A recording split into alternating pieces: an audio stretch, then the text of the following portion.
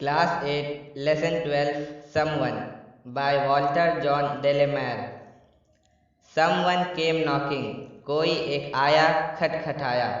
At my wee small door. मेरे बहुत छोटे नन्हे दरवाजे को.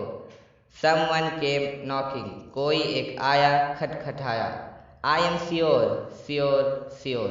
मुझे यकीन है, यकीन है, यकीन है. I listened, I opened. मैंने सुना, मैंने खोला. I looked to left and right. मैंने देखा बाएं जानिब और दाएं जानिब. But not there was a string. लेकिन वहाँ किसी भी तरह की कोई हलचल नहीं थी. In the still dark night. खामोश अंधेरी रात में. Only the busy battle. सिर्फ गुनगुनाता हुआ भंवरा. Tap tapping in the wall. टकराता हुआ दीवार से.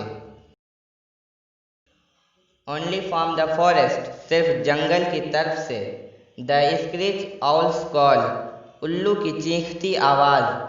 Only the cricket whistling. सिर्फ झींगरों की सीटी जैसी आवाज.